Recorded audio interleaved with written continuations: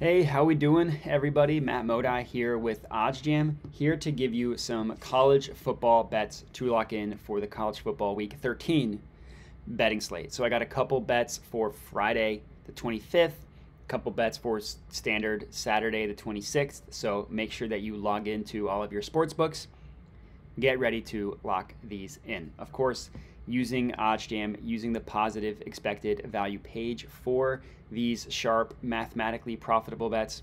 Using OddsJam, I love it. Gives you the edge over the sports books when generally they have the edge over you. And I can talk about kind of how it works with everything and why I like this bet.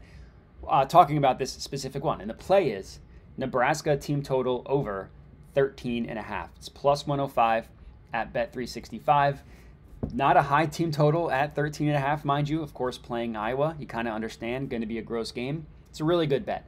So the no-vig odds that OddsJam calculates prices this to be at about minus 104, right? Minus 104 and some change. Now this number, it's very important just to understand why it's so powerful. This number comes from the sharpest sportsbooks in the world. OddsJam back-tested, tracked, collected all this data, historical data, to determine what sportsbooks are the best at pricing odds and use those sportsbooks using a weighted average, remove the VIG from all of them towards current betting opportunities, and then provides opportunities in which you are getting better odds than all those sharp sportsbooks. So these no VIG odds can be viewed as the true line of what a market should truly be priced at, right? It's the OddsJam perfect line. So anywhere in which you can beat that, it's profitable. In this case, we're beating it by almost 10 cents. Nebraska over 13.5 at plus 105 at Bet365. So the gap between these two numbers is where you get your positive expected value from. It's also positive EV on FanDuel at minus 104. Obviously not as good of a price, still positive EV.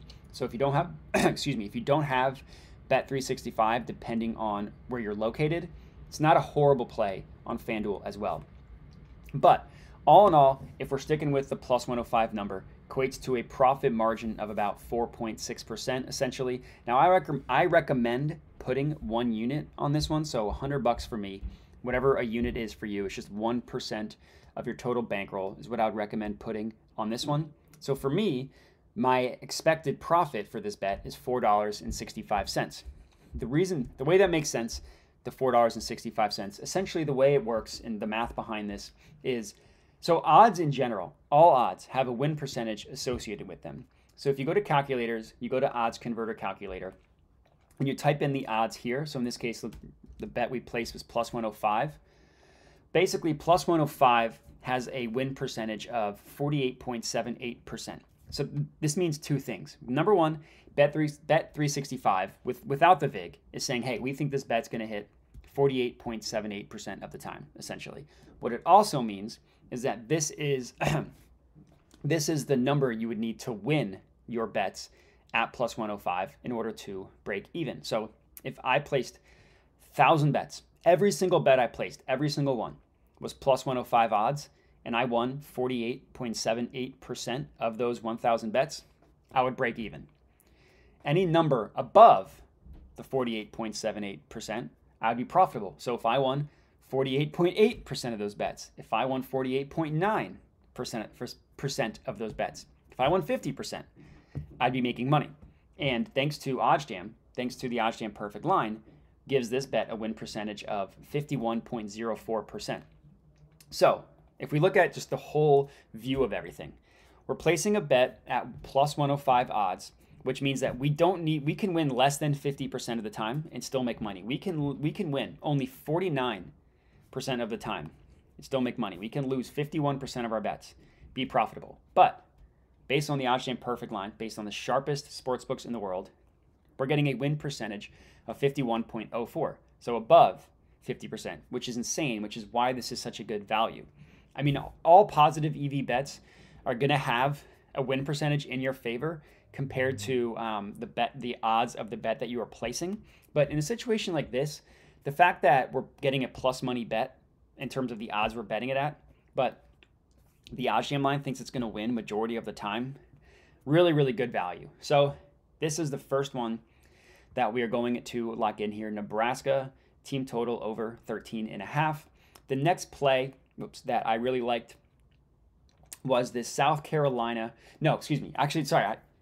I totally missed the point that I was trying to make with this one. So, plus 105 odds. Another thing that I like to do, right? The math, the percentages, you can calculate all that just using the positive EV page. There's still additional research that I like to do into plays before actually locking them in. And obviously I do all this research prior to recording, so I already know this one's good. But if you click open a play, you can see where every sportsbook is pricing that play. And basically what we're looking for is this plus 105, is the bet that we are placing a true outlier or not? In this case, yeah, the best odds we're getting at is minus 104 on FanDuel, the only other book that would give you a positive EV play.